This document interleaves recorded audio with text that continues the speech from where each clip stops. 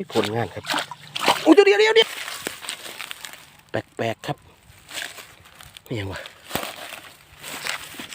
ร้อยชีขาบ่ได้กินบ่วะรุ่นอุ้ยน้ำเปียกครับนี่น้ำเปียกนี่ต้องมีปลาแท้แบบนี้เฮ้ยมันมาเด้อโอ้ยมีน้ำเปียกมีรุ่นครับมีรุ่นถ้าน้ำเปียกแบบนี้ไม่รุ่นแท้วะเอารุ่นครับรุ่นมีบ่เลย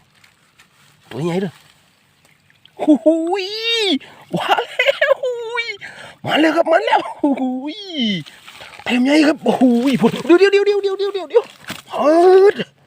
โอ้ยมาแล้วโอ้ยเต็มใหญ่ครับ